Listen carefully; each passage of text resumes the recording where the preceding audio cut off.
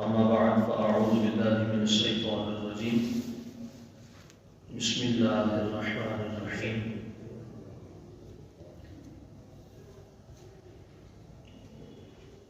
ألف لام ميم ذلك الكتاب لا ريب فيه هدى للمتقين آمنت بالله صدق الله مولانا العظيم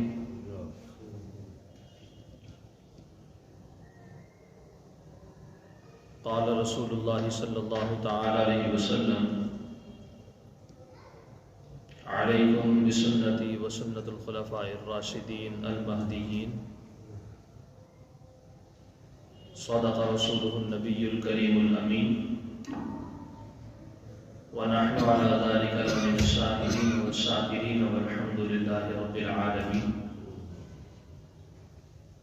إن الله وملائكته يصلون على النبي يا أيها الذين آمنوا صلوا عليه وسلموا تسليما الصلاة والسلام عليك يا سيدي يا رسول الله وعلى آلك وأصحابك يا سيدي يا حبيب الله الصلاة والسلام عليك يا سيدي يا رحمة للعالمين وعلى آلك وأصحابك يا سيدي يا خاتم النبيين يا صاحب الجمال ويا سيد البشر من وجهك المنير لقد نور القمر لا يمكن الثناء كما كان حقه بعد خدا بزرگ توئی قصہ مختصر صدیق عکس حسن و جمال محمد است فاروق ذل جاہ و جلال محمد است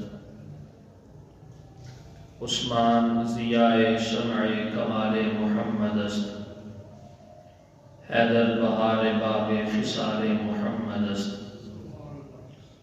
اسلام ما اطاعت خلفاء راشدین ایمان ما محبت آل محمد است صلی اللہ تعالی علیہ وعلا آلہ واصحابہ اجمعین وبارک وسلم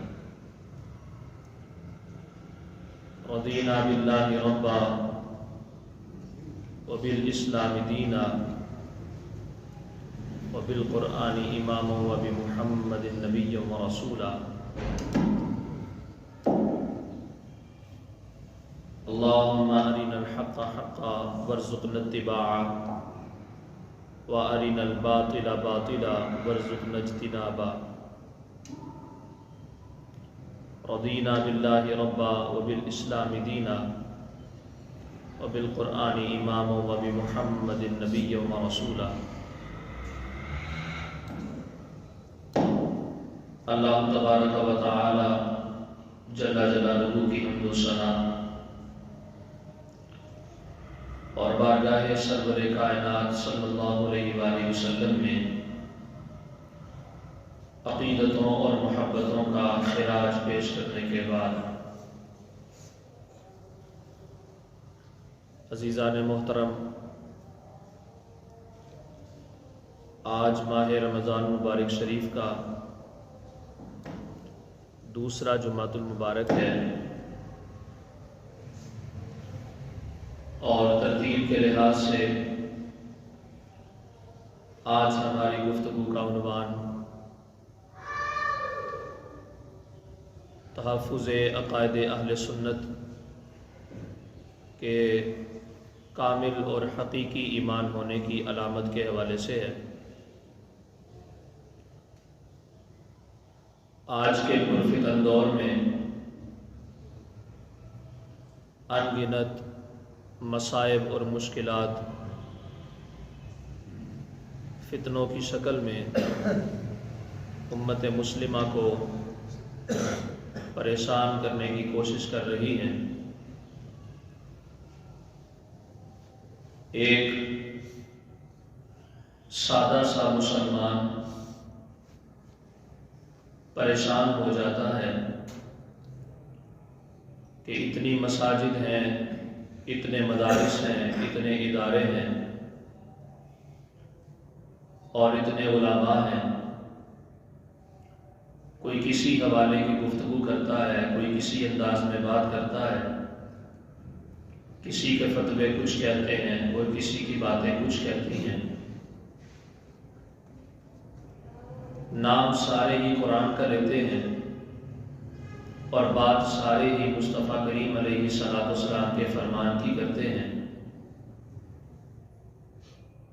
عین اس کیفیت میں ایک مسلمان کہ جو اس قدر دنیاوی معاملات کے اندر مصروف ہے کہ وہ مکمل طور پر قرآن کو جا کر کسی کے پاس سیکھنے سے قاصر ہے اور علوم عقلیہ و نقلیہ ایک مدرسے کے اندر کسی بھی عالم کے سامنے بیٹھ کر سیکھنے کی طرف جانے سے وہ بڑا پریشان ہے۔ تو اس دور میں کون سی ایسی عظیم کسوٹی ہے یا کون سا ایسا دستور اور طریقہ ہے کہ جس کے مطابق اگر ہم عمل کریں تو ہمارا شمار ایمان والوں کے اندر ہو جاتا ہے اور ہم اللہ رب العزت کے برگزیدہ بندوں کی صفوں میں شامل ہو جاتے ہیں۔ اس حوالے سے آج کی ہماری جو گفتگو ہے وہ بہت قابل غور ہے، جس میں چند ایک جزیات کو آپ کے سامنے بالترتیب پیش کیا جائے گا۔ اللہ رب العزت کی بارگاہ میں بوسیلہ مصطفیٰ کریم علیہ الصلوۃ والسلام یہ التجا ہے کہ رب تعالی ہم سب کو دین متین کے اوپر استقامت نصیب فرمائے اور رسول اللہ صلی اللہ علیہ وآلہ وسلم کی کامل اتباع کرتے ہوئے حضور علیہ الصلوۃ والسلام کے جملہ صحابہ کرام علیہم رضوان کے دستور کو اپنا کر کامیاب زندگی گزارنا نصیب فرمائے۔ ابتدائی طور پر یہ بات بڑی قابل غور ہے کہ اہل سنت و جماعت کیا یہ فرقہ ہے یا یہ کوئی جماعت ہے؟ اگر یہ فرقہ ہے تو یہ فرقہ کہاں سے نکلا ہے؟ اگر یہ جماعت ہے تو اس کے وجود کا ثبوت کیا ہے؟ اس حوالے سے ایک مختصر سا جائزہ اس کے اوپر میں آپ کی سماعتوں کی نظر کرتا ہوں کہ اہل سنت و جماعت یہ کون ہیں، کہاں سے آئے ہیں، کب سے آئے ہیں اور موجودہ دور کے اندر ان کو کس نام سے یاد کیا جاتا ہے اور ان کی پہچان کیا ہے۔ اس سے قبل ایک حدیث پاک ہے، اس کا میں آپ کے سامنے مفہوم عرض کرتا ہوں۔ جامع ترمذی کے اندر یہ روایت ہے اور ترمذی یہ عام حدیث کی کتاب نہیں ہے بلکہ صحاح ستہ میں اس کا شمار ہوتا ہے، یعنی کہ وہ خاص کتابیں حدیث پاک کی کہ جن کو تمام اسکول آف تھاٹس ہر مکتبہ فکر کے سامنے ان کتابوں کو شرف اور عزت کی نگاہ سے دیکھا جاتا ہے، جن میں پہلے نمبر پہ صحیح بخاری شریف ہے، دوسرے نمبر پہ صحیح مسلم شریف ہے، پھر اس کے بعد ترمذی، ابو داؤد، ابن ماجہ اور سنن النسائی۔ یہ 6 کتابیں ہیں حدیث پاک کی کہ جن کو صحاح ستہ کہا جاتا ہے۔ ان میں درج کی جانے والی جو روایات ہیں وہ روایات وہ والی ہیں کہ آنکھیں بند کر کے جن کے اوپر یقین رکھنا، اگر کوئی ایسا کرتا ہے تو اس کو کسی قسم کی مزید تگودو کی ضرورت نہیں ہے، بلکہ یہ تمام تر احادیث اس بندے کو نبی کریم صلی اللہ تعالیٰ علیہ وآلہ وسلم کا جو اصل دین ہے اس کی طرف متوجہ کر دیتی ہیں۔ ان سیاستہ میں سے ایک کتاب جس کو جامع ترمذی کہا جاتا ہے یا سنن الترمذی کہا جاتا ہے، اس میں نبی کریم صلی اللہ تعالیٰ علیہ وآلہ وسلم نے اس امت کے اندر پائے جانے والے فتنوں کا تذکرہ کرتے ہوئے حضور علیہ الصلوۃ والسلام نے ارشاد فرمایا، اے میرے صحابہ، یاد رکھنا بنی اسرائیل کے جو لوگ تھے، ان کی جو جماعتیں تھیں، ان کی جو اقوام تھیں، ان کے 72 فرقے بنے تھے، یعنی کہ اسلام اور دین، اور اس کے بعد وہ شخصیات یا وہ گروپ، وہ جماعت کہ جنہوں نے حقیقی معنوں کے اندر انبیاء کرام علیہ الصلوۃ والسلام کے طریقوں کو اپناتے ہوئے اسلام کے اوپر عمل کیا اور اسلام کو اپنے اوپر طاری کیا، اور مکمل پورے کے پورے لوگ جو اسلام کے اندر داخل ہو گئے، ان لوگوں کی مخالفت کرتے ہوئے جن لوگوں نے علیحدہ سے اپنے گروپ بنائے، علیحدہ سے اپنی جماعتوں کو ترتیب دیا، علیحدہ سے اپنا ایک نظام چلانے کی کوشش کی اور ان لوگوں کو معاذ اللہ غلط کہا، وہ 72 فرقے بنے جو بنی اسرائیل کے تھے۔ تو مصطفیٰ کریم علیہ السلام نے ارشاد فرمایا، میرے صحابہ سن لو، بنی اسرائیل کے حق کے خلاف اٹھ کے کھڑے ہونے والے 72 فرقے بنے تھے اور وہ سارے کے سارے جہنمی بن گئے۔ فرمایا کہ میری امت کے اندر 73 فرقے ہوں گے، جن میں سے 72 فرقے جہنم کے اندر جائیں گے اور ایک فرقہ صرف ان میں سے جنت کے اندر جائے گا۔ میری امت کے 73 فرقے بنیں گے، امت مسلمہ کے، امت محمدیہ کے۔ حضور علیہ السلام نے ارشاد فرمایا کہ اس کے 73 فرقے بنیں گے اور ان میں سے 72 جماعتیں یا 72 گروپس ایسے ہوں گے کہ جو جہنم کے اندر جائیں گے۔ ایک واحد گروپ ایسا ہوگا کہ جس کا تعلق نہ جہنم سے ہوگا نہ جہنمیوں سے ہوگا، بلکہ اس کا تعلق حقیقی طور پہ اہل ایمان کے ساتھ ہوگا اور وہ جنت کے اندر داخل ہو جائے گا۔ ایک جماعت ان میں سے۔ صحابہ کرام نے عرض کیا، یا رسول اللہ صلی اللہ علیہ وسلم من ہم؟ حضور وہ جماعت جو جہنم کے اندر نہیں بلکہ جنت میں جائے گی، اور 72 جو فرقے جہنم کے اندر جائیں گے ان کے مقابلے کے اندر ایک جو نجات والی جماعت ہے، یا رسول اللہ صلی اللہ علیہ وسلم جو جنت میں جائے گی وہ جماعت کون سی ہے؟ اس کی کوئی پہچان بتا دیں، اس کا کوئی تعارف دے دیں، اس کا کوئی نام بتا دیں، اس کا کوئی انداز بتا دیں، اس کا کوئی طریقہ بتا دیں۔ تو مصطفیٰ کریم علیہ السلام نے ارشاد فرمایا، سن لو، ما انا علیہ واصحابی، جو میرے اور میرے صحابہ کے طریقے کے اوپر ہوگا، جان لینا وہی اہل جنت میں سے ہے اور وہ جنت کے اندر داخل کر دیا جائے گا۔ کیا نشانی بیان فرمائی مصطفیٰ کریم علیہ السلام نے؟ جو میرے اور میرے صحابہ کے طریقے کے اوپر ہوگا، ما انا علیہ واصحابی، جو میری سنتوں کو بھی ماننے والا ہوگا، میرے صحابہ کے طریقے کو بھی ماننے والا ہوگا۔ مصطفیٰ کریم علیہ السلام نے ارشاد فرمایا، جو لوگ ان کے طریقے کے اوپر چلیں گے کہ جن کو رب تعالیٰ نے ایمان کی سند عطا فرمائی ہے، جو بندہ ان کے طریقے کے اوپر چلے گا، رب تعالیٰ اس کو نجات والی جماعت کے اندر شامل فرمائے گا، اور جو نجات والی جماعت کے اندر شامل ہو جائے گا، رب تعالیٰ اس کو جنت کے اندر داخل فرما دے گا۔ ایسے صاحب اس کا والیوم کٹ کر دیں۔ تو یہ نشانی، یہ پہچان رسول کریم صلی اللہ تعالیٰ علیہ وآلہ وسلم نے اس جماعت کی بیان فرمائی کہ جس جماعت کو مصطفیٰ کریم علیہ السلام نے جنتی ہونے کی ڈگری عطا فرمائی ہے، جنتی ہونے کی سند عطا فرمائی ہے۔ اب یہاں سے ایک بات، میں نکتہ آپ کے سامنے عرض کرتا ہوں، بڑی قابل غور بات ہے۔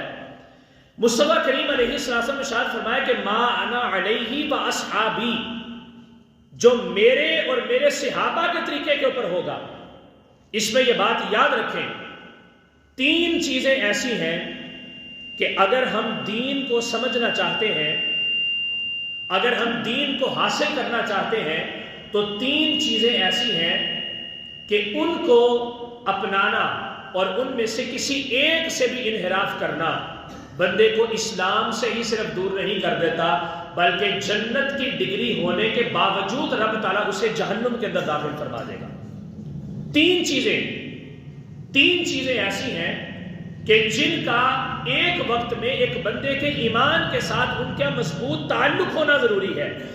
ان میں سے پہلے نمبر پر اللہ رب العزت کا قرآن ہے۔ اگر کوئی شخص قرآن مجید برہان رشید کی مخالفت کرتا ہے اور اس سے اعراض کرنے کی کوشش کرتا ہے اور قرآن کے اندر اپنی مرضی کو پیدا کرنے کی کوشش کرتا ہے، قرآن کے مطالب اور مفاہیم کو تسلیم نہ کرتے ہوئے اپنی مرضی کا مطلب اس کے اندر داخل کرنے کی کوشش کرتا ہے، اور وہ مطلب ایسا ہے کہ جو بندے کو اسلام اور دین سے دور کر دیتا ہے، رب اور رب کے رسول کے تعارف سے دور کر دیتا ہے، ایسا بندہ قرآن کے اوپر عمل کرنے والا نہیں ہے بلکہ وہ قرآن کو اپنے ذاتی مقاصد کے لیے استعمال کرنے والا ہے۔ ایسا بندہ کبھی بھی اہل نجات کے اندر داخل نہیں ہو سکتا۔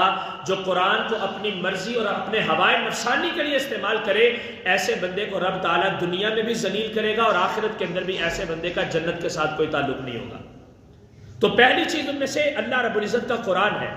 تو قرآن کے ساتھ ایک بندے کا، ایک مسلمان کا گہرا تعلق ہونا اور قرآن کے ساتھ اس کا ایک ربط ہونا، مضبوط تعلق ہونا اس کا انتہائی ضروری ہے۔ دوسرے نمبر پہ مصطفیٰ کریم علیہ الصلوۃ والسلام کی احادیث اور حضور کی سنت مبارکہ ہے، حضور کی سیرت پاک ہے، جو اللہ تعالیٰ نے قرآن پاک میں ارشاد فرمایا والذین یؤمنون بما انزل الیک وما انزل من قبلک، اے میرے محبوب جو لوگ اس چیز کے اوپر بھی ایمان رکھنے والے ہیں کہ جو ہم نے کچھ بھی تمہاری طرف اتارا ہے۔ تو یہاں پر یہ یاد رکھیے گا، ایک بڑا کمال کا نقطہ آپ کے سامنے عرض کرنے لگا ہوں۔ یہاں پہ جو بما انزل الیک، جو آپ کی طرف نازل کیا گیا، یہ لفظ جو یہ اردو کے اندر ہے، عربی کے اندر لفظ ما ہے۔ ما کا مطلب جو ہے، اور ما یہ عموم کے لیے آتا ہے، یعنی کہ رب تعالیٰ کی طرف سے لوگوں کی ہدایت، رہنمائی اور ان کی بہتری کے لیے اللہ نے جو کچھ بھی اتارا ہے، اس جو کے اندر رب کا قرآن بھی شامل ہے، اس جو کے اندر مصطفیٰ کا فرمان بھی شامل ہے، اس جو کے اندر مصطفیٰ کی حدیث بھی شامل ہے، اس جو کے اندر مصطفیٰ کریم علیہ الصلوۃ والسلام کی مکمل سیرت مطہرہ بھی شامل ہے۔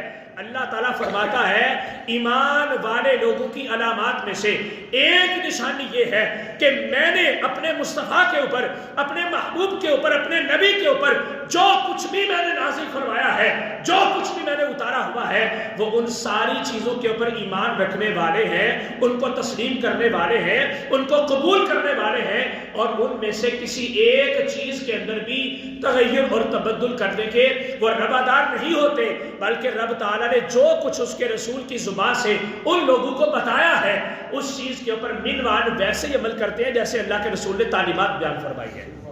اب آپ یہ سوال کریں گے کہ حضرت صاحب آپ نے یہ جملہ کہاں سے نکالا کہ جو کے اندر قرآن بھی آتا ہے، ماں کے اندر حدیث بھی آتی ہے، ماں کے اندر سنت رسول بھی آتی ہے، ماں کے اندر مصطفیٰ کریم علیہ السلام کی سیرت بھی آتی ہے، یہ مطلب آپ نے کہاں سے نکالا ہے؟ کوئی حدیث اس کے اوپر دکھا دے، چونکہ آج کل لوگوں کو یہ بھی بڑا مسئلہ ہے کہ بات کرنی ہے تو ہمارے ساتھ قرآن سے کریں، بات کرنی ہے تو ہمارے ساتھ حدیث سے کریں، تم جو سنیت کا نام لیتے ہو، تم جو فلاں کرتے ہو، تم سے بڑا بدعتی کوئی نہیں ہے، تم سے بڑا مشرک کوئی نہیں ہے، تم سے بڑا جاہل کوئی نہیں ہے، تم اپنے بابوں کی باتیں کرتے ہو، اپنے اولیاء کی باتیں کرتے ہو، اپنے بزرگوں کی باتیں کرتے ہو۔ آؤ میں اس بات کا جواب کسی بابے کی زبان سے نہیں دیتا، میں اس بات کا جواب کسی ولی کی زبان سے نہیں دیتا، نہ کسی غوث کی زبان سے، نہ کسی کتب کی زبان سے، نہ کسی ابدال کی زبان سے، اور یہاں تک کہ میں اس بات کا جواب مصطفیٰ کریم علیہ السلام کی کسی حدیث سے بھی نہیں دیتا، بلکہ اس بات کا جواب میں آپ کو دوں گا تو اللہ کے قرآن سے دوں گا۔ وہ کہاں پہ ہے؟ سورہ نجم شریف کے اندر رب تعالیٰ نے واضح طور پہ ارشاد فرمایا وَالنَّجْمِ إِذَا هَوَىٰ مَا ضَلَّ صَاحِبُكُمْ وَمَا غَوَىٰ وَمَا يَنطِقُ عَنِ الْهَوَىٰ إِنْ هُوَ إِلَّا وَحْيٌ يُوحَىٰ۔ اس نبی کی زبان سے جو بات بھی نکلتی ہے یہ اپنی مرضی سے نہیں بولتا، بلکہ رب تعالیٰ کی وحی ہوتی ہے، تو پھر یہ اس کے مطابق کلام کرتا ہے۔ رب کی وحی کے مطابق بولتا ہے، اپنی مرضی سے تو بولتا ہی نہیں ہے۔ اب میرا یہ سوال ہے، جو نبی اپنی مرضی سے بولتا نہیں ہے، جو نبی اپنی مرضی سے حکم نہیں دیتا، جو نبی اپنی مرضی سے کسی سے بات نہیں کرتا، رب چاہے تو وہ خاموش ہوتا ہے، رب چاہے تو وہ بولتا ہے، جس نبی کا ہر جملہ رب کی مرضی کے مطابق ہے، اس کا کوئی بھی کام رب کی مرضی کے خلاف کیسے ہو سکتا ہے؟ تو اس لیے ما انزل الیک، جو کچھ بھی میں نے اپنے محبوب کے اوپر نازل کیا ہے، اس جو کچھ کے اندر میرے مصطفیٰ کا پریکٹیکل بھی آتا ہے، اس جو کے اندر میرے مصطفیٰ کا سینٹینسز بھی آتے ہیں، اس جو کے اندر میرے مصطفیٰ کے اشارے بھی آتے ہیں، اس جو کے اندر میرے مصطفیٰ کے کنائے بھی آتے ہیں۔ لہٰذا پتہ یہ چلا، رب نے صرف قرآن نہیں اتارا یا رب نے صرف کلام پاک کو نازل نہیں کیا، بلکہ رب نے جو نبی بھیجا ہے، رب نے جو رسول بنا کے بھیجا ہے، رب نے جو پیغمبر مبعوث کیا ہے، اس پیغمبر کی جو باتیں ہیں، جو اس کے کام ہیں، جو اس کی سیرت ہے، جو اس کا انداز زندگی ہے، جو اس کا منہج و اسلوب ہے، جو اس کا جہاد کا طریقہ، جو اس کا تجارت کا طریقہ، جو اس کا تبلیغ کا طریقہ، جو اس کا گفتگو کا طریقہ، جو اس کا سونے کا طریقہ، جو اس کا جاگنے کا طریقہ، جو اس کا کھانے کا طریقہ، جو اس کا پینے کا طریقہ، یہ سارے کا سارا جو سیرت رسول ہے، یہ مصطفیٰ کریم علیہ السلام کی اپنی بنائی ہوئی نہیں ہے، بلکہ رب کے بھیجے ہوئے پیغمبر کی یہ سیرت اللہ رب العزت کی طرف سے ہی پیغام ہے۔ لہٰذا پتہ یہ چلا، رب کا قرآن ہو، مصطفیٰ کا فرمان ہو، مصطفیٰ کی سیرت ہو، مصطفیٰ کی سنت ہو، ہر چیز کے اوپر ایک مومن کا ایمان ہونا ضروری ہے۔ اگر وہ اس کے اندر ایک رائی کے دانے کے برابر بھی تبدیلی پیدا کرنے کی کوشش کرتا ہے، رب تعالیٰ فرماتا ہے ایسا بندہ کبھی مومن نہیں ہو سکتا، بلکہ وہ فاسق اور فاجر ہے، وہ منافق ہے۔ یہ قرآن پاک ہے۔ تکبیر، نعرہ رسالت، عظمت و شان مصطفیٰ۔ تو میں یہ عرض کر رہا تھا، سوال یہ ہوتا ہے، یہ اہل سنت و جماعت فرقہ ہے یا یہ جماعت ہے، یہ کون ہے؟ تو میں نے بتایا، میرے مصطفیٰ نے فرمایا وہ صرف نجات والی جماعت ہے جو ما انا علیہ و اصحابی، جو میرے طریقے پر، میرے مصطفیٰ کے طریقے کے اوپر ہے۔ آپ یہ ہے ترجمہ عربی کا، یہ عربی بات ہے، اس کو اگر اردو کے اندر ہم کنورٹ کریں گے، تبدیل کریں گے کہ ہماری جو مادری زبان اردو ہے، ہماری ملکی اور قومی زبان جو اردو ہے، اس کے اندر معنی نہیں و اصحابی کا ترجمہ کیا بنتا ہے؟ تو میں نے آپ کے سامنے 3 سیکشن ذکر کیے، تینوں کے اوپر ایک بندے کا ایمان ہونا ضروری ہے۔ ان میں سے ایک قرآن ہے، دوسرا مصطفیٰ کریم علیہ السلام کا فرمان ہے، اور تیسرے نمبر پہ اسی نبی کے فرمان سے یہ بات ملتی ہے، فرمایا علیکم بسنتی و سنت الخلفاء الراشدین المہدیین۔ لوگوں یاد رکھنا، جیسے میرے طریقے کو اپنانا تمہارے لیے ضروری ہے، میرے طریقے پہ عمل کرنا تمہارے لیے ایمان کی علامت ہے، ایسے ہی میرے تمام صحابہ کے طریقے کے اوپر چلنا بھی تمہارے لیے ایمان کی علامت ہے۔ تو 3 چیزیں ذکر ہوئی، 3 سیکشن ہے، ایک قرآن ہے، ایک سنت رسول ہے، ایک اجماع امت ہے جس کو صحابہ کرام کی جماعت کہا جاتا ہے۔ پتہ یہ چلا، سنت رسول ہو گئی ما انا علیہ، مصطفیٰ کا طریقہ وہ سنت بن گیا، ما علیہ اصحابی، اور صحابہ کا طریقہ جماعت بن گیا۔ جب ہم نے اس کو اردو کے اندر جوڑا، سنت کو اور جماعت کو، تو اس کا ترجمہ یہ نکلا، اہل سنت و جماعت یہ کوئی فرقہ نہیں ہے، اہل سنت و جماعت یہ کوئی گروپ نہیں ہے، اہل سنت و جماعت کو گھڑا ہوا کوئی مذہب نہیں ہے، بلکہ مصطفیٰ کے فرمان کے مطابق، مصطفیٰ کی سنتوں کے اوپر عمل کرنے والا اور صحابہ کے طریقے کے اوپر چلنے والی جو جماعت ہے، جو آج کی نہیں، 200 سال کی نہیں، 300 سال کی نہیں، 500 سال کی نہیں، 1000 سال کی نہیں، بلکہ 1400 ساڑھے 1400 سال سے بالترتیب ہر زمانے کے اندر پوری آب و تاب کے ساتھ جس کا سورج ہر جگہ کے اوپر چمکتا رہا ہے اور زمانے کو اپنی روشنی فراہم کرتا رہا ہے اور لوگوں کو ہدایت کی طرف متوجہ کرتا رہا ہے، اس جماعت کو فرقہ نہیں کہا جاتا، بلکہ اسے اہل سنت و جماعت کہا جاتا ہے۔ وہ اہل سنت و جماعت ہے، یہ کسی کا گڑا ہوا نہیں کوئی 200-300 سال کا، بلکہ یہ گروپ، یہ جماعت سواد اعظم ہے، اس کا مکمل دستور، اس کا مکمل طریقہ، اس کا مکمل عقیدہ، اس کا مکمل انداز زندگی جو ہے وہ اللہ رب العزت کے فرمان کے مطابق مصطفیٰ کریم علیہ السلام کی سنتوں کا، حدیثوں کا، سیرت کا عکس جمیل ہے، اور حضور کے تمام صحابہ کرام علیہ رضوان کے طریقے کا دستور ہے۔ یہ حضور کے طریقوں کے اوپر بھی عمل کرتے ہیں، حضور کے صحابہ کے طریقوں کے اوپر بھی عمل کرتے ہیں، یہ اہل سنت و جماعت۔ اب اس کے بعد ہم آگے چلتے ہیں۔ ایک اعتراض کیا جاتا ہے، اور یہ سوال مجھ سے بھی ہوا بھی چند دن پہلے، سوال یہ ہوتا ہے اللہ تعالیٰ نے، ہم چونکہ دین حنیف کے اوپر ہیں، ہم دین ابراہیمی کے اوپر ہیں، اور حضرت ابراہیم علیہ السلام رسول کریم صلی اللہ علیہ وسلم کے جد امجد ہیں.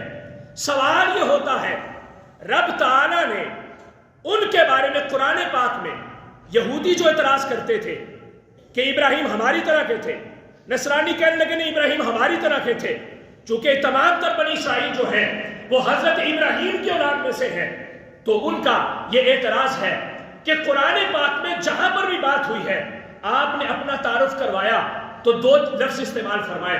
ایک یہ ہے کہ وَأَنَا مِنَ الْمُسْلِمِينَ، میں مسلمانوں میں سے ہوں، اور دوسرا وَمَا أَنَا مِنَ الْمُشْرِكِينَ، میں شرک کرنے والوں میں سے نہیں ہوں. یہ اعتراض ہے کہ ابراہیم نے تعارف دیا اور یہ نہیں کہا کہ میں اہل سنت میں سے ہوں. ابراہیم نے تعارف دیا تو یہ نہیں کہا کہ میں سنی ہوں. ابراہیم نے تعارف دیا تو دو چیزیں ذکر کی، ایک یہ ہے کہ میں مسلمانوں میں سے ہوں، اور دوسرا کہا کہ میں مشرکوں میں سے نہیں ہوں. سوال یہاں پہ یہ ہوتا ہے، ہم چونکہ ملت حنیف پر ہیں، دین ابراہیمی پر ہیں، مصطفیٰ کریم علیہ السلام کے جد امجد کے دین کے اوپر ہیں، تو پھر ہم اپنے آپ کو مسلمان کیوں نہیں کہتے؟ ہمارے کئی ایسے بھائی ہیں جب ان سے پوچھا جاتا ہے حضرت بتائیں آپ کا اسکول آف تھاٹ کیا ہے، آپ کس مکتبہ فکر سے ہیں، آپ کس جماعت سے ہیں، آپ کس گروپ سے ہیں، تو ان کا تعلق اگر اہل سنت کے ساتھ نہ ہو تو وہ سادہ سا جملہ کرے ہم مسلمان ہیں، ہم مسلمان ہیں. اب یہاں پہ اس کو ریلیٹ کریں اس کے ساتھ، یہیں پر وہ سوال اور اعتراض ہے. ابراہیم سے پوچھا جائے تو وہ کہتے ہیں میں مسلمان ہوں، پھر پوچھا جائے تو کہتے ہیں میں مشرک نہیں ہوں، اور دوسری طرف پوچھا جائے کہ آپ کون ہیں تو کہا جاتا ہے ہم مسلمان ہیں. لہٰذا وہ اس کے اندر تاثر یہ دینے کی کوشش کرتے ہیں کہ ہم لوگوں کی بات نہیں کرتے، ہم ابراہیم کی طرح کا اپنا تعارف کرواتے ہیں، ابراہیم کی طرح کا اپنا تعارف کرواتے ہیں. مان لیا، میں نے تسلیم کر لیا، لیکن اس کے اوپر میرے پاس جواب موجود ہے. سوال یہ تھا کہ تم اپنے آپ کو مسلمان کیوں نہیں کہتے، تم اپنے آپ کو سنی کیوں کہتے ہو؟ اب میرا یہاں پہ جواب کے اندر سوال ہے، اور سوال میرا اعتراضی ہے ان کے اوپر، مناظرانہ انداز کے اندر. میرا اب ان سے سوال ہے کہ رب تعالیٰ نے قرآن ابراہیم کے اوپر اتارا کہ محمد کے اوپر اتارا؟ جی بولیے، ابراہیم پہ اتارا کہ محمد پہ صلی اللہ علیہ وسلم؟ جناب رسول کریم صلی اللہ علیہ وسلم کے اوپر قرآن اتارا. وہ قرآن بتا رہا ہے کہ ابراہیم دو طرح کا تعارف اپنا کرواتے ہیں. ایک کہتے ہیں وَأَنَا مِنَ الْمُسْلِمِينَ، میں مسلمانوں میں سے ہوں، یا پھر تعارف کرواتے ہیں وَمَا أَنَا مِنَ الْمُشْرِكِينَ، میں شرک کرنے والوں میں سے نہیں ہوں. اس کا مطلب یہ جو دونوں باتیں ہیں یہ خود ہی اپنا جواب دے رہی ہیں، یہ خود ہی اپنا جواب دے رہی ہیں. ایک کہتی ہے کہ ابراہیم کہتے ہیں میں مسلمان ہوں، ایک آیت کہتی ہے کہ ابراہیم کہتے ہیں میں مشرک نہیں ہوں. مشرک کون ہوتا ہے؟ مسلمان ہوتا ہے کہ کافر ہوتا ہے؟ کافر ہوتا ہے. یعنی کہ بتانا یہاں پہ یہ مقصود ہے حضرت ابراہیم علیہ السلام سے ان کا نظریہ نہیں پوچھا جاتا بلکہ ان کا مذہب پوچھا جاتا ہے، ان کے مذہب کی بات ہوتی ہے. قرآن پاک میں اللہ تعالیٰ نے امت مسلمہ کو دو الفاظ سے ذکر کیا، دو لفظوں سے خطاب کیا. بڑی کمال کی بات، بڑی بات عرض کرنے لگا ہوں. دو جملے ذکر کیے، ایک ہے مسلمون، اسلام والے، یا ایھا الذین آمنوا اتقوا اللہ حق تقاتہ ولا تموتن الا وانتم مسلمون. اے ایمان والو تقوی اختیار کرو. کیسے؟ جیسے تقوی اختیار کرنے کا حق بنتا ہے. باری تعالیٰ وہ کیسے ہے؟ اللہ فرماتا ہے تقوی اختیار کرنے کا حق ایسے بنتا ہے کہ تو جب تیری موت آئے تو تو ایمان والوں میں سے نہیں بلکہ اسلام والوں میں سے ہونا چاہیے. وَلَا تَمُوتُنَّ إِلَّا وَأَنْتُمْ مُسْلِمُونَ. جب موت آئے تو تم مسلمان ہو، کسی اور گروپ کا نہ ہو، کسی اور جماعت کا نہ ہو. تو یہ کن کے ساتھ خطاب ہے؟ امت مسلمہ سے. پہلا لفظ کس لفظ کے ساتھ بلایا امت کو؟ مسلمان کے لفظ سے. کس لفظ کے ساتھ؟ ذرا اونچی بولیے، کس لفظ کے ساتھ؟ مسلمان سے. پہلا خطاب امت کو کہا کہ تم مسلمان بننے چاہیے. لیکن یہاں پہ میرا یہ سوال ہے، اگر سارے مسلمان ہیں تو پھر یا ایھا الذین آمنوا سے کیا مراد ہے؟ اگر سارے مسلمان ہیں، ابراہیم کی بات سن کے تم خود کو مسلمان کہتے ہو، تو پھر مجھے بتاؤ کہ یا ایھا الذین آمنوا کون ہے؟ یعنی کہ امت مسلمہ کو جن دو لفظوں سے رب نے خطاب کیا ان میں سے ایک مسلمان ہونا ہے اور دوسرا مومن ہونا ہے. ایک مسلمان ہونا ہے تو دوسرا مومن ہونا ہے. اب کلمہ پڑھنے والا ہر بندہ اگر مسلمان ہے تو یہ بتائیں کہ پھر مومن کس کو کہا جاتا ہے؟ اگر سارے مسلمان ہیں تو رب نے کیوں جا بجا فرمایا یا ایھا الذین آمنوا؟ بلکہ یہ جو میں نے ابھی مسلمان والی مثال دی، اللہ نے آغاز کہاں سے کیا؟ اللہ نے کہا یا ایھا الذین آمنوا اتقوا اللہ، اے ایمان والو اللہ سے ڈرو، اور آخر پہ کہا کہ مسلمان بننا. پہلے ایمان کی بات کی، آخر پہ کہا کہ مسلمان مرنا. تو یہ ہے اہل اسلام سے رب نے دو طرح کا خطاب کیا جنہوں نے کلمہ پڑھا ہے جناب محمد رسول اللہ کا. ایک ہے اسلام، ایک ہے ایمان. اگر سارے اسلام کی طرف ہے تو پھر ایمان کہاں پہ ہے؟ اور اگر سارے ایمان کی طرف ہے تو پھر اسلام کہاں پہ ہے؟ اس کا جواب دے. پھر آئیے فقیر اس کا جواب عرض کرتا ہے. میں نے جواب یہ دیا، میں نے کہا پڑھو سورہ بقرہ، پہلے دو رکوع الف لام میم سے لے کر ان اللہ علی کل شیء قدیر تک رب تعالی نے 5 آیتوں کے اندر ایمان والوں کی نشانیاں بیان فرمائی، 2 آیتوں کے اندر کفار کی نشانیاں بیان فرمائی، اور 12 آیات کے اندر منہ بولے مسلمان اندر کے منافق رب تعالی نے 12 آیتوں کے اندر منافقوں کی نشانیوں کو بیان کیا. 12 آیات کے اندر منافقین کی نشانیاں. سارے بولیے ایمان والوں کی نشانیاں 5 آیات میں. کتنی آیات میں؟ 5 میں. کفار کی 2 میں. کتنی میں؟ 2 میں.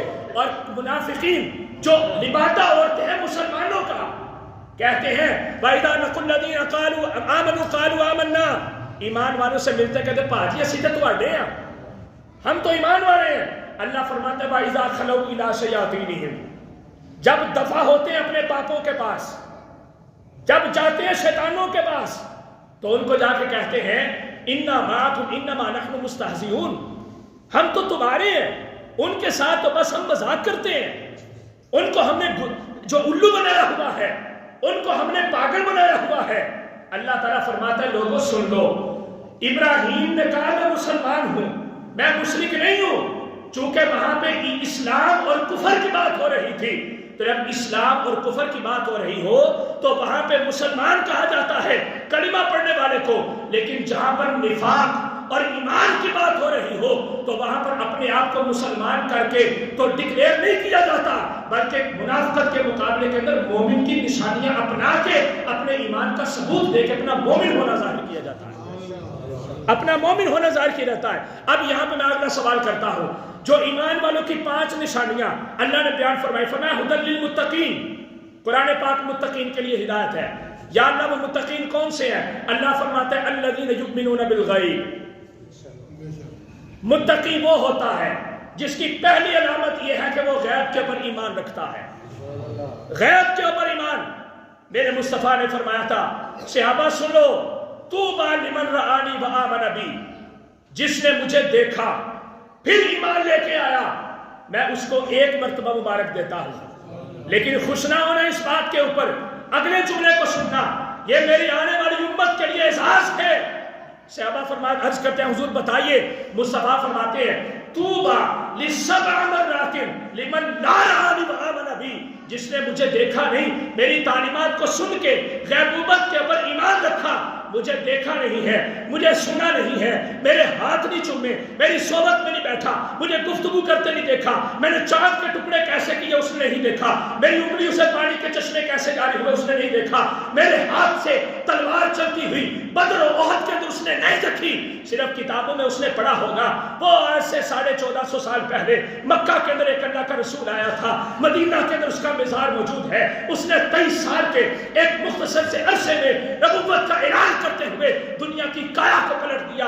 انہوں نے اپنی آنکھوں کو بند کیا، سر کو جھکایا، میرے نام کو قبول کیا، میرا کلمہ پڑھا. میرے مصطفیٰ فرماتے ہیں تم نے دیکھا مجھے پھر ایمان لے کے آئے، تمہارے لیے 1 دفعہ مبارک ہے. لیکن جس نے نہیں دیکھا پھر بھی میرے اوپر مرنے کو قربان ہے، میرے مصطفیٰ فرماتے ہیں میں اس کو 1 مرتبہ نہیں بلکہ 7 مرتبہ مبارکباد عطا فرماتا ہوں. آپ لوگوں کے لیے میرے لیے کتنا عرصہ گزر گیا، میرے مصطفیٰ کو اس کرۂ ارضی سے ظاہری طور پہ برداشت فرمائے ہوئے۔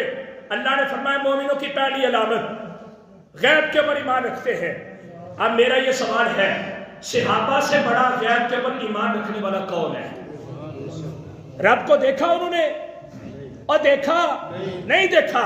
سورج کون نکالتا ہے نہیں دیکھا، کون غروب کرتا ہے نہیں دیکھا، چاند کو چھوٹا بڑا کون کرتا ہے نہیں دیکھا، تاریخ تبدیل کون کرتا ہے نہیں دیکھا۔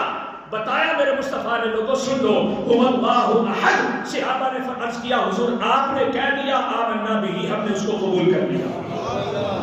غیبوبت کے اوپر ایمان نہیں اعتراض کیا۔ وہ یہود و نصارہ جو کہتے تھے ابراہیم ہماری طرح ہے، انہوں نے کہا تھا پارہ نمبر 1 ہے، اذ قلتم یا موسیٰ لن نؤمن لک حتی نری اللہ جہرۃ۔ اللہ تعالیٰ فرماتے ہیں بنی اسرائیل نے موسیٰ سے کہا تھا کس رب کی باتیں کرتے ہو، ہم نہیں مانتے تمہارے رب کو۔ کیوں نہیں مانتے؟ انہوں نے کہا ہم نے دیکھا ہی نہیں، ہم نے اسے سنا ہی نہیں، ہم نے اسے پہچانا ہی نہیں، ہم نے اسے جانا ہی نہیں۔ جب تک ہم اس کو اپنی آنکھوں سے نہ دیکھ لیں تب تک ہم اس کے اوپر ایمان نہیں لائیں گے۔ لن نؤمن، ہم نہیں تسلیم کریں گے۔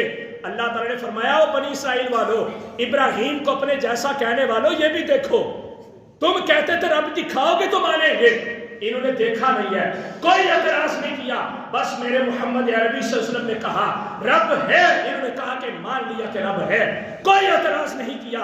غیبوبت کے اوپر ایمان رکھا ہے۔ صحابہ سے بڑا غیب کے اوپر ایمان رکھنے والا دوسرا کوئی اور ہے ہی نہیں ہے۔ دوسری نشانی اللہ تعالیٰ فرماتا ہے وَيُقِيمُونَ الصَّلَاةَ، ایمان والوں کی دوسری علامت کہ وہ نماز کو قائم کرتے ہیں۔ حضرت مولا علی شیر خدا رضی اللہ تعالیٰ عنہ حضور کے صحابی ہیں نا، ایمان والے ہیں، زندگی میں ایک نماز بھی قضا نہیں کی، اور صرف ادا نہیں، صرف پڑھی نہیں، قائم کر کے دکھائی۔ انداز کیا تھا؟ جب نماز کے لیے حاضر ہونے کے لیے وضو فرمانا ہوتا تھا تو وضو کرنے سے پہلے چہرے کا رنگ متغیر ہو جاتا تھا، رنگ پھیکا پڑ جاتا تھا، شیر خدا کا، حیدر کرار کا، اخی رسول کا، زوج بطول کا چہرہ فک ہو جاتا تھا، رنگ تبدیل ہو جاتا تھا، اوسان خطا ہو جاتے تھے۔ پوچھا گیا امیر المومنین ماجرا کیا ہے؟ طبیعت تو ٹھیک ہے؟ فرمانے لگے طبیعت تو میری ٹھیک ہے لیکن مزاج میرا ٹھیک نہیں ہے۔ عرض کیا حضرت ہوا کیا ہے بتائیں تو صحیح، کسی طبیب کو بلا لے، کسی نجومی کو بلا لے، کسی سے جا کے مشورہ لے لے، ماجرا کیا ہے؟ فرماتے ہیں نہ طبیب کی ضرورت ہے نہ نجومی کی ضرورت ہے، مجھے بس اپنے دل کے ہاتھ کو ٹھیک کرنے کی ضرورت ہے۔ ماجرا صرف یہ ہے، سوچ یہ رہا ہوں مجھ جیسا نکما اور نکارا بندہ، انہوں نے اپنی زبان سے کہا ہمارے لیے وہ ایسے نہیں ہے۔ فرمانے لگے کہ میں یہ سوچتا ہوں جس رب کی بارگاہ میں کھڑا ہونے لگا ہوں کیا میری اتنی ہمت اور طاقت ہے، کوئی اوقات ہے کہ میں اس بادشاہ کی بارگاہ میں کھڑا ہو سکوں؟ یہ نماز کو قائم کیا، نہیں بے حیائی کی، نہیں دو نمبری کی، نہیں منافقت کی، جو نماز کہتی ہے اس نماز کے ایک ایک قول کے اوپر عمل کیا۔ اب بتاؤ صحابہ سے بڑھ کر نماز کو قائم کرنے والا کون ہو سکتا ہے؟ تیسرے نمبر پہ فرمایا وَمِمَّا رَزَقْنَاهُمْ يُنْفِقُونَ، ہم نے جو کچھ بھی دیا ہر چیز کو ہمارے راستے میں خرچ کرتے ہیں۔ دیکھو ابو بکر صدیق کو گھر کا سارا مال لٹا دیا، دیکھو عمر فاروق کو گھر کا آدھا مال لٹا دیا، دیکھو عثمان غنی کو 1000 اونٹ اور گھوڑے بما ساز و سامان اور غلے کے مصطفیٰ کی قدموں کے اندر لا کے رکھ دیے، دیکھو حضرت مولا علی کو کربلا کے میدان میں اپنے جانشین قربان کروا دیے۔ ان سے بڑھ کے سخی کون ہو سکتا ہے؟ اللہ تعالیٰ فرماتا ہے کہ ایمان والوں کی تیسری علامت یہ ہے کہ ہم نے جو کچھ بھی ان کو رزق دیا ہے وہ ہر چیز ہمارے راستے کے اندر خرچ کرتے ہیں۔ بتاؤ پھر صحابہ سے بڑھ کے خرچ کرنے والا کون ہو سکتا ہے؟ پھر اس کے بعد فرمایا چوتھی علامت والذین یؤمنون بما انزل الیک وما انزل من قبلک، صرف اپنی باتوں کے اوپر نہیں، صرف قرآن کے اوپر نہیں، صرف مصطفیٰ کے فرمان کے اوپر نہیں، بلکہ آسمان سے نازل ہونے والی ہر چیز کے اوپر ایمان رکھتے ہیں۔ نہیں دیکھی تورات، نہیں پڑھی انجیل، نہیں زیارت کی زبور کی، نہیں دیکھا موسیٰ کو، نہیں دیکھا عیسیٰ کو، نہیں دیکھا نوح کو، اور نہیں دیکھا آدم علیہ السلام کو، جتنے انبیاء آئے سب نبیوں کو ماننے والے ہیں، جتنے صحیفے آئے سب صحیفوں کو تسلیم کرنے والے ہیں، جتنی کتابیں اتری سب کتابوں کو ماننے والے ہیں۔ اللہ تعالیٰ فرماتا ہے ایمان والوں کی علامت یہ ہے، کوئی اعتراض نہیں کرتے، کوئی سوال نہیں کرتے، جو کچھ رب نے کہہ دیا ہے اس کے اوپر قبول کرتے ہوئے اسے تسلیم کرتے ہیں، سر کو جھکا دیتے ہیں۔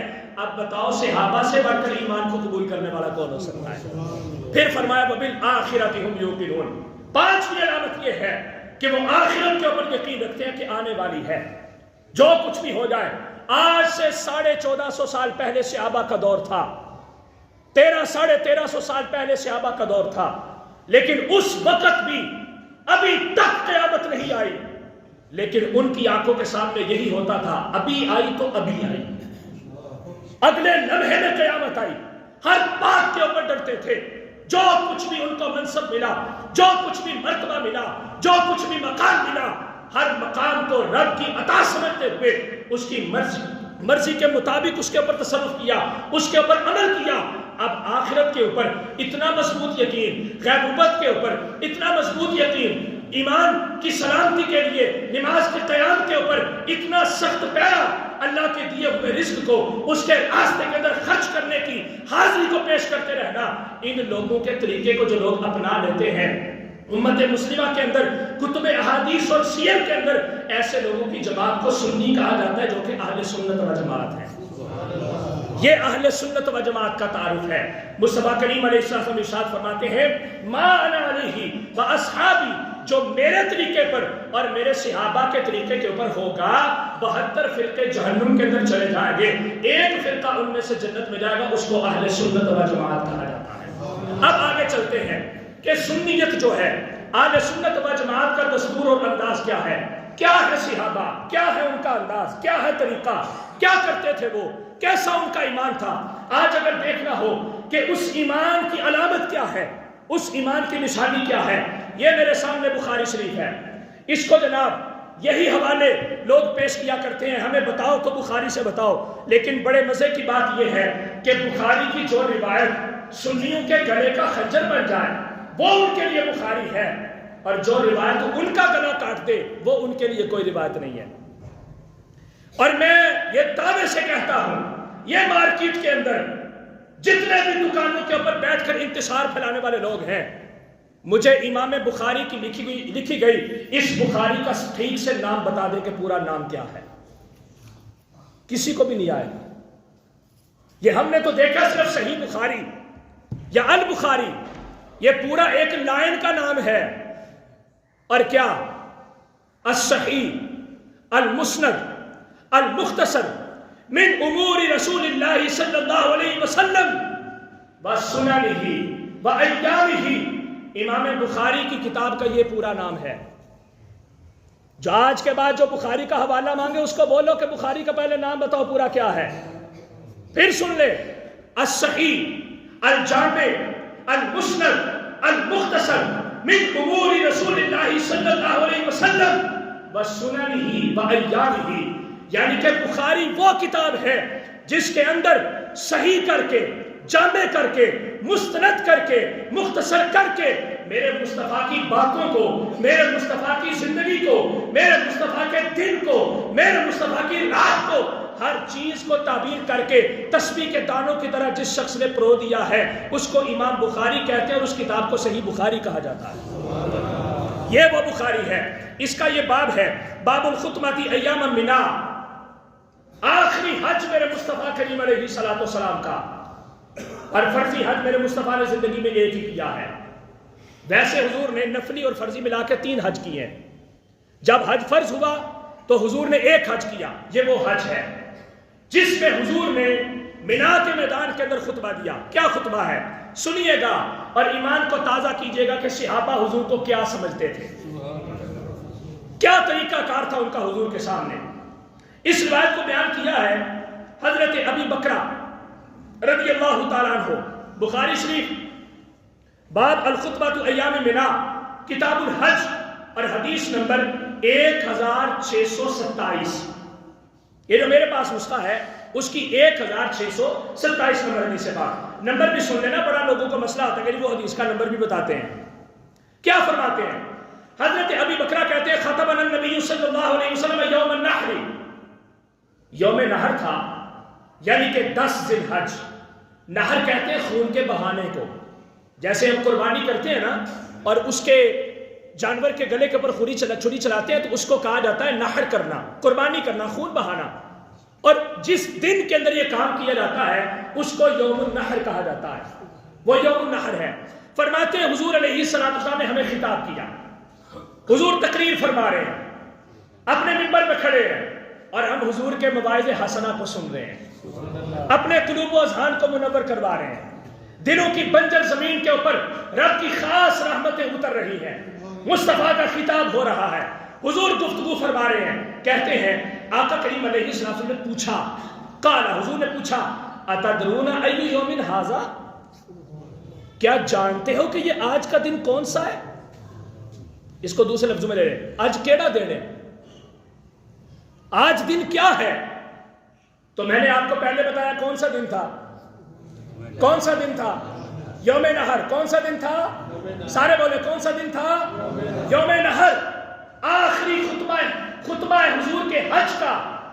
میرے مصطفیٰ خطاب فرما رہے ہیں، امت کو پیغام دے رہے ہیں کہ تمہارا آپس میں ربط اور تعلق کیسا ہونا چاہیے، لیکن یہاں پہ بتا دیا کہ میرے صحابہ کیسے ہیں، ان کا انداز کیا ہے۔ اب ایک چھوٹا سا سوال، میں نے آپ کو بتایا، آپ کو پتا ہے کہ یوم نحر تھا، میں پھر آپ سے پوچھتا ہوں کہ وہ دن کون سا تھا، تو آپ کیا جواب دیں گے؟ یوم نحر یہی جواب دیں گے نا؟ لیکن خدا کی قسم صحابہ نے اے جواب نہیں دیتا، صحابہ نے یہ جواب نہیں دیا۔ یہ میرے پاس مسلم شریف ہے، اسی روایت کا دوسرا حصہ اس کتاب کے اندر، میں آگے جا کے ذکر کرتا ہوں کہ انہوں نے جواب کیا دیا اور جواب کیوں دیا۔ یہ حضور نے پوچھا اتدرون ای یوم ھذا، آج دن کون سا ہے؟ صحابہ کہتے ہیں قلنا، ہم نے کہا اللہ ورسولہ اعلم، ہمیں نہیں پتا۔ میدان مینا کے اندر ہے، یوم نحر ہے، مکہ کے اندر نہیں بیٹھے ہوئے تھے، حرم مکہ میں نہیں تھے، طواف والی گراؤنڈ کے اندر نہیں تھے، مزدلفہ میں نہیں تھے، مقام ابراہیم کے سامنے نہیں تھے، اور جناب اس کو حجر اسود کو استلام نہیں کر رہے تھے، بلکہ مینا کے میدان کے اندر یوم نحر کے اندر موجود تھے۔ میرے مصطفیٰ نے پوچھا صحابہ بتاؤ آج دن کون سا ہے؟ عرض کیا حضور سانو نہیں پتا، تسی تے تہاڈا رب ہی جان دے۔ اور یہ میں بات دعوے سے کر رہا ہوں، کسی بازو کے اندر اتنی طاقت نہیں ہے کہ قلم پکڑ کے میرے اس دعوے کو رد کر سکے۔ خدا کی قسم ہے، مصطفیٰ نے صحابہ سے جب بھی سوال کیا پتہ بھی ہوتا تھا تو پھر بھی جواب یہی ہوتا تھا اللہ اور اللہ کے رسول ہی بہتر جانتے ہیں۔ لگاؤ علم غیب کے اوپر فتویٰ، بناؤ سب سے پہلا مشرک صحابہ کو، بناؤ ان کو غیبوبت کے اوپر ایمان کی حد دیکھیں۔ عرض کیا حضور ہمیں نہیں پتا، آپ اور آپ کا رب بھی بہتر جانتے ہیں۔ اب آگے حضور علیہ السلام فسکتا، سارے خاموش ہو گئے، حتی ظننا انہ بغیر اسمہ، کہتے ہیں کہ ہم جب خاموش ہوئے تو ہم نے یہ گمان کیا کہ ہو سکتا ہے، ہم نے کیوں جواب نہیں دیا؟ پوچھا بھی گیا نا ان سے کہ تم بتا دیتے کہ آج یوم نحر ہے، پتا تو تھا تمہیں، تم کیوں نہیں بتایا تم نے؟ تو انہوں نے کہا ہم نے اس لیے نہیں بتایا تھا، ہمیں یہ گمان تھا کہ ہم کچھ کہنا چاہیں اور حضور کچھ اور کہنا چاہیں، تو ہماری زبان سے جملہ حضور کی رضا کے خلاف نہ نکل جائے، ہماری زبان سے جملہ حضور کے خلاف نہ نکل جائے۔ آج اسی نبی کے اوپر فتوے بھی لگتے ہیں، کوئی اختیار نہیں ان کے پاس، کوئی علم غیب نہیں ان کے پاس، کوئی کمال نہیں ان کے پاس، کوئی جمال نہیں ان کے پاس، جی وہ تو ایسے ہی جیسے گاؤں کا ایک چودھری ہوتا ہے، جی ان کی عزت تو ایسے ہی کرنی چاہیے جیسے بڑے بھائی کی کرتے ہیں۔ یہ صحابہ کا نظریہ نہیں تھا میرے دوست۔ اگر اہل سنت و جماعت بننا ہے، ناجیہ فرقہ بننا ہے، جنت والی جماعت بننا ہے، تو پھر دستور وہی اپنانا پڑے گا جو صحابہ کا تھا، ایمان وہی قبول کرنا پڑے گا جو صحابہ کا تھا، دستور وہی اپنانا پڑے گا جو اس دور کے اندر موجود رہنے والے اہل بیت اطہار جو حضور کو دیکھ رہے تھے اپنی آنکھوں کے سامنے، وہ بھی صحابی ہیں، اور باقی جو صحابہ کی جماعت ہے ان کا جو ایمان اور نظریہ تھا۔ کہتے ہیں ہمارا یہ خیال تھا کہ کہیں حضور کچھ اور نہ کہنے والے ہیں، اور ان کو یہ بھی پتا تھا میرے مصطفیٰ کی زبان سے جو بات نکل جاتی ہے نا وہ پوری ہو جاتی ہے۔ وہ پوری ہو جاتی ہے. ہو سکتا ہے یوم نہر تو تھا، وہ کہہ دیتے یا رسول اللہ آج یوم نہر ہے، تو میرے مصطفیٰ کہہ دیتے نہیں آج یوم نہر نہیں بلکہ ایام تشریق میں سے کوئی اور دن ہے. تو رب تعالیٰ میں عزت و جلال کی قسم میرا یہ ایمان اس بات کی گواہی دیتا ہے اگر میرے مصطفیٰ کی زبان سے کسی اور دن کا نام نکل جاتا، یوم عاشور نکل آتا یا یوم معراج نکل آتا یا یوم رمضان نکل آتا، تو خدا کی قسم رب کو اپنا قانون تبدیل کرنا پڑتا، حضور کی زبان کو پورا کرنا چاہیے. کیسے؟ اب اس کی دلیل بھی میں آپ کے سامنے پیش کرتا ہوں. یہی جناب مسلم شریف کتاب الحج، اس میں میرے مصطفیٰ کریم علیہ السلام نے باب ہے امام مسلم نے بنایا فرض الحج مرتن فی العمر، عمر کے اندر ایک مرتبہ صرف حج کرنا فرض ہے. اس کے ضمن کے اندر حدیث لائے، فرماتے ہیں حضرت ابو ہریرہ سے مروی ہے خاطبنا رسول اللہ صلی اللہ علیہ وسلم، حضور نے ہمیں خطاب کیا اور کہا ایھا الناس، لوگوں سنو، سنائیے یا رسول اللہ کیا؟ فرمایا قد فرض اللہ علیکم الحج فحجوا، اللہ نے تمہارے اوپر حج کو فرض کیا لہذا حج کرو. ایک بندہ اٹھا، ابو ہریرہ فرماتے ہیں فقال رجل، ایک بندہ کھڑا، اس نے کہا افی کل عام یا رسول اللہ، کیا ہر سال میں حج کرنا فرض ہے؟ حضور نے مطلقاً کہا کہ حج فرض ہو گیا حج کرو. اس نے سوال کیا کہ کیا ہر سال میں حج کرنا فرض ہے؟ نبی کریم علیہ السلام خاموش رہے حتی قالها ثلاثا، یہاں تک کہ اس نے یہ جملہ 3 مرتبہ کہا. حضور نے بھی 3 مرتبہ بات دہرائی اور اس نے بھی 3 مرتبہ بات کہی، لیکن ہر مرتبہ اس کے سوال پہ فساکت رسول اللہ صلی اللہ علیہ وسلم، حضور خاموش ہو جاتے تھے، حضور نہیں بولتے تھے. کیوں نہیں بولتے تھے؟ آگے حضور نے خود بتایا فقال رسول اللہ صلی اللہ علیہ وسلم، حضور نے کہا لوگوں سنو لو قلت نعم لوجبت، اگر میں اس کے جواب میں کہہ دیتا کہ ہاں ہر سال میں فرض ہے تو رب تعالیٰ تمہارے اوپر ہر سال میں حج کو فرض کر دیتا. اگر میں لو قلت نعم لوجبت، اگر میں کہہ دیتا، اس اعتبار سے صحابہ کا عقیدہ تھا، نظریہ تھا، یقین تھا کہ حضور کی مبارک زبان سے جو بات نکل جاتی ہے وہ پوری ہو کے رہتی ہے. یہ صحابہ کا انداز. اس لیے کہتے ہیں ہمیں یہ گمان تھا کہ ہم کچھ اور کہنا چاہیں اور حضور کچھ اور نام تجویز فرما دے، اس لیے ہم نے کہا ہمیں نہیں پتا، سونیا تو ہی جاننا ہے، تمہیں ہی پتا ہے، آپ کو ہی پتا ہو کہ کیا ہے. فرماتے ہیں اچھا آگے حضور علیہ السلام نے پھر پوچھا الیس یوم النحر، کیا یہ یوم نہر نہیں ہے؟ حضور نے خود پوچھا صحابہ سے کیا یہ یوم نہر نہیں ہے؟ اب جواب بنتا تھا جی حضور یہ یوم نہر ہی ہے. صحابہ نے عرض کیا بلا یا رسول اللہ صلی اللہ علیہ وسلم، جی یوم نہر ہے. اگلا سوال حضور نے پوچھا ایو شہر ھذا، بتاؤ یہ مہینہ کون سا ہے؟ کون سا مہینہ ہوتا ہے؟ ذی الحج. سانو پتا ہے، صحابہ کو نہیں پتا سی.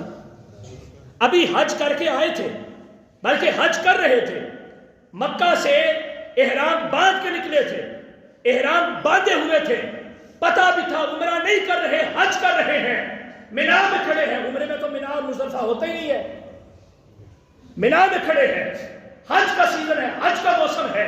صحابہ کو پتا تھا. میرے حضور نے پوچھا ایو شہر ھذا، یہ مہینہ کون سا ہے؟ پھر وہی جواب اللہ و رسولہ اعلم. حضور تسی جانو تے تہاڈا رب جانے، سانو نہیں پتا، آپ کو ہی پتا ہے کیا ہے کیا نہیں ہے، کیا کرنا چاہتے ہیں، کیا ہونا چاہتا ہے. جو کچھ بھی ہے حضور آپ خود جانتے ہیں اور آپ کا رب جانتا ہے، ہمیں نہیں. اچھا یہ جملہ آپ جانتے ہیں اور آپ کا رب جانتا ہے، یہ صحابہ کا عقیدہ تھا علم غیب کا. کس نے لگایا شرک کا فتویٰ ان پہ؟ نہیں لگتا، شرک ہوتا ہی نہیں ہے. کیسے نہیں ہوتا؟ پہلے نمبر پہ شرک کی تعریف کو سمجھے. ہوا اثبات الشریک بمعنی واجب الوجود او بمعنی مستحق العبادہ.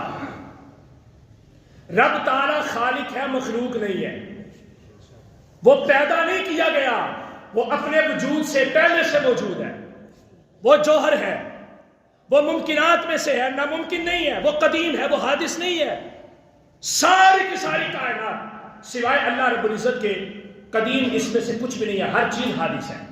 قدیم اور حادث کا مطلب یہ ہے، قدیم کا مطلب کہ جو پہلے بھی تھا، اب بھی ہے، بعد میں بھی رہے گا، اور حادث جو ہے پہلے نہیں تھا، اب ہے، پھر نہیں ہوگا.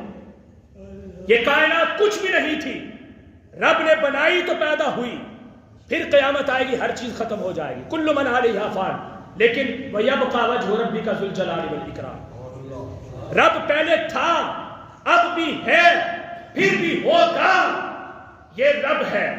اسی طرح رب کا علم پہلے بھی تھا، اب بھی ہے، بعد میں بھی ہوگا، اور اس کا علم جب اس کو بنایا کسی نے نہیں ہے تو اس کو علم کس نے دیا؟ تو مصطفیٰ کو کس نے بنایا؟ اللہ نے بنایا۔ تو مصطفیٰ کو علم کس نے دیا؟ تو رب چاہے جو مرضی دے دے۔ وَعَلَّمَ آدَمَ الْأَسْمَاءَ كُلَّهَا، ہم نے آدم کو ہر چیز کا علم دے دیا۔ اگر آدم کو سب کچھ مل سکتا ہے تو آدم کے بیٹے سید البشر کو کیوں نہیں مل سکتا؟ تو صحابہ کہتے ہیں ہمارا یہ عقیدہ اور نظریہ ہے، ہم چاہے جتنا مرضی علم رکھنے والے ہوں، جو کچھ مرضی ہو جائے، ہمارے علم کا کمال مصطفیٰ کے علم کے جمال سے خیرات لیتا ہے۔ انہوں نے کہا اللہ و رسول عالم، ہمیں نہیں پتا کہ یہ مہینہ کون سا ہے، پھر وہی گمان، ہو سکتا ہے ہم یوم الحج کہیں یا شہر حج کہیں تو حضور اس کو محرم بنا دے، حضور اس کو ربیع الاول بنا دے، یہی گمان آیا۔ حضور علیہ السلام نے پھر پوچھا الیسا شہر الحج، کیا یہ حج کا مہینہ نہیں ہے؟ عرض کیا بلا یا رسول اللہ، حج کا مہینہ نہیں ہے۔ پھر اگلا سوال رسول کریم علیہ السلام نے پوچھا، آپ دیکھیں کمال کی بات ہے، مزے کی بات ہے، حضور نے فرمایا ایو بلد ھذا، یہ شہر کون سا ہے؟ یہ شہر کون سا ہے؟ عراق میں بیٹھے تھے وہ، ایران میں تھے، یا مسجد اقصی فلسطین میں تھے، مدینہ میں تھے، شام میں تھے، یمن میں تھے؟ نہیں، مینا مکہ میں ہے، مکہ میں تھے۔ حضور نے پوچھا بتاؤ یہ شہر کون سا ہے؟ پھر وہی جواب اللہ و رسولہ اعلم۔ عجیب سی بات ہے، انہوں نے اپنے گھر کا بھی نہیں سی پتا، اپنے ملک کا بھی نہیں پتا تھا، اپنے شہر کا بھی نہیں پتا تھا۔ آج کوئی بندہ سوال پوچھ کے دیکھے، اگلا بندہ یہ جواب دے گا یار تو پاگل ہو گیا، تینوں نہیں پتا کیڑا شہر ہے، تیرا دماغ کام نہیں کرتا کون سا مہینہ کون سا دن ہے۔ لیکن صحابہ کا نظریہ حضور کے بارے میں ایسا نہیں تھا، کیونکہ وہ حضور کو گاؤں کا چودھری نہیں سمجھتے تھے، وہ حضور کو بڑا بھائی کی طرح نہیں سمجھتے تھے، بلکہ ان کو پتا تھا یہ پیغمبر خدا ہے، یہ نبی خدا ہے، یہ امام الانبیاء والمرسلین ہیں۔ ان جیسا بڑا بھائی یا گاؤں کا چودھری تو دور کی بات ہے، رب نے تو نبیوں میں کوئی نہیں پیدا کیا، رب نے تو رسولوں میں پیدا کوئی نہیں کیا، تو یہ ہمارے تیرے جیسے کیسے ہو سکتے ہیں؟ تو صحابہ نے پھر کہا اللہ اور اللہ کا رسول ہی جانتا ہے۔ حضور نے پھر پوچھا کہ کیا الیست بالبلدۃ الحرام؟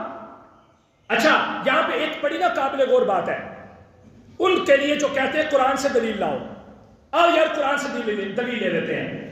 اللہ نے پارہ نمبر 4 میں فرمایا ان اول بیت وضع للناس للذی ببکۃ مبارکا وہدی للعالمین، سب سے پہلا گھر جو زمین پر بنا وہ کون سا ہے؟ مکہ۔ میں حافظ قرآن ہوں، آپ نہیں ہیں، یہ تو مجھے بھی پتا ہے تو آپ کو بھی پتا ہے۔ تو جن کے سامنے قرآن اتر رہا تھا، جو ڈائریکٹ حضور کے شاگرد بن رہے تھے، بلکہ قرآن مکمل حضور سے حفظ کر چکے تھے، ان کو نہیں پتا تھا کہ اللہ نے پارہ نمبر 4 میں مکہ کہا ہوا ہے، کہ مکہ میں بیٹھے ہیں اپنی مرضی سے، خود گھر بیٹھے بیوی کے بستر کے ساتھ لگ کے قرآن سیکھے تو پھر ایسے ہی اعتراض ہوتے ہیں کہ بات بس قرآن گھر میں بیٹھ کے پڑھ لو، گھر میں بیٹھ کے سمجھ لو۔ صحابہ کا یہ عقیدہ اور نظریہ نہیں تھا، عربی جانتے تھے، وہ ان سے بڑا فصیح و بلیغ کوئی نہیں تھا، اہل لسان تھے، لیکن قرآن کو گھر بیٹھ کے نہیں سمجھا، قرآن کو جا کے یا دار ارقم میں حضور کے پاس یا مدینہ میں صفا کے مدرسے میں حضور کے پاس جا کر سیکھا۔ یہ آیت ان کے بھی پیش نظر تھی، اور قرآن بدل نہیں سکتا کسی بھی حالت میں، لیکن مصطفیٰ چاہے تو بدل سکتا ہے، اور بدلا بھی ہے۔ ناسخ و منسوخ کا پورا علم موجود ہے، کبھی پڑھ کے دیکھیں، جن کو علم کا بخار چڑھا ہوتا ہے نا، ان نے ناسخ و منسوخ کو پڑھا ہی نہیں ہوتا، اس لیے وہ کہتے ہیں قرآن بدل ہی نہیں سکتا، قرآن جو ہے بس ایسے ہی ہے، قرآن یہ ہے قرآن۔ ہاں لیکن ایک بات یہاں پہ یہ اور ہے، قرآن اگر تبدیل ہوتا تھا یا ہو سکتا تھا تو صرف زمانے مصطفیٰ میں، اب اس کے بعد نہیں۔ صحابہ کے زمانے میں بھی تبدیل نہیں ہو سکتا تھا، چونکہ وہی صرف حضور پہ آتی تھی۔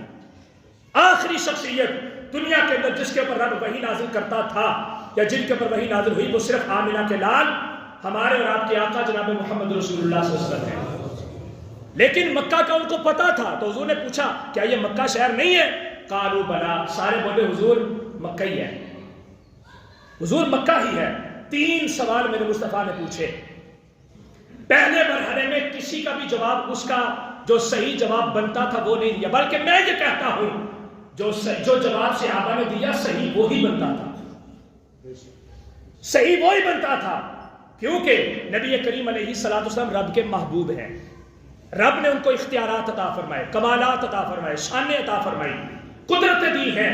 میرے مصطفیٰ کریم علیہ الصلوۃ والسلام اس کمال کے اوپر طاقت رکھتے ہیں کہ وہ کائنات کی کسی بھی چیز کو بدلنا چاہے تو بدل سکتے ہیں۔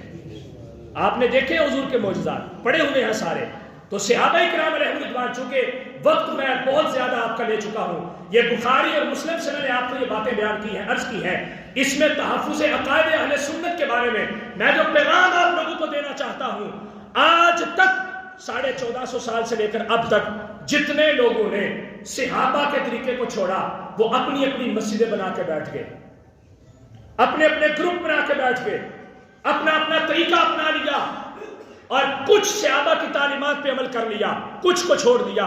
اس کو کامل ایمان نہیں کہتے، یہ کامل ایمان نہیں ہے۔ کامل ایمان وہ ہے علیکم بسنتی وسنت الخلفاء الراشدین المہدیین۔ میں یہ پیغام دینا چاہتا ہوں اپنے سارے سننے والوں کو اور امت مسلمہ کے تمام افراد کو کہ لوگوں، اگر نجات والی جماعت بننا چاہتے ہو، صحابہ کے دیوانے بننا چاہتے ہو، اور ان کے دامن کو پکڑ کے جنت کے اندر اگر داخل ہونا چاہتے ہو، تو پھر تمہیں اہل سنت و جماعت کے پلیٹ فارم پہ آنا پڑے گا، کیونکہ یہی وہ جماعت، وہ گروپ اور وہ عقیدہ رکھنے والے لوگ ہیں کہ جس کے اندر حضور کی محبت بھی پائی جاتی ہے اور صحابہ کا دستور زندگی اور طریقہ کار بھی پایا جاتا ہے، اور یہی حقیقی ایمان ہے، یہی ایمان کا ثبوت ہے۔ اللہ رب العزت اگر آج تک ہمیں اس کے اوپر اس نے قائم رکھا ہے تو آخری دم تک ہمیں اس کے اوپر قائم رکھے، اور رب تعالیٰ صدیق اکبر سے لے کر آخری صحابی تک جتنے بھی لوگ ہیں، جملہ اہل بیت اطہار جو اس دور کے سفر صحابیت سے ہمکنار ہوئے اور درجہ صحابیت کے اوپر فائز ہوئے، رب تعالیٰ ان کی زندگی کے اوپر عمل کرنے کی توفیق عطا فرمائے، ان کی غلامی، ان کی بندگی، غلامی اور ان کا جو انداز زندگی ہے اس کے اوپر عمل کرتے ہوئے ہمیں حقیقی ایمان والوں کے اندر شامل کرتے ہوئے رب تعالیٰ ہمارا خاتمہ ایمان کے اوپر فرمائے۔ خاتمہ ایمان کے اوپر ہو گیا تو ساری کی ساری زندگی کامیاب ہو جائے گی۔ اللہ رب العزت جنت کے اندر حضور کا قرب اور صحابہ کا پڑوس عطا فرمائے گا۔ اللہ تعالیٰ ہمیں دیکھنے کی، سمجھنے کی اور صلاحیت رکھنے کی توفیق عطا فرمائے، اور ہم سب کے عقائد و نظریات کو درست فرمائے۔ وآخر دعوانا الحمدللہ رب العالمین۔